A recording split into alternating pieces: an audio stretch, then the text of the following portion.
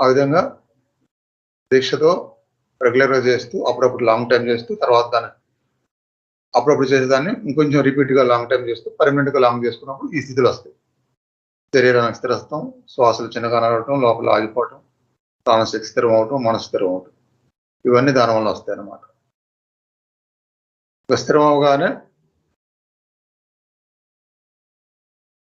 ఎలా ఉంది స్థితి అనేది మనకు తెలుస్తా ఉంటది. శ్వాసలు చిన్నగా అవుతున్నది కూడా మనకు తెలియడం మొదలైద్ది. ఇంకా చిన్నగా అవ్వటం కూడా మొదలైద్ది.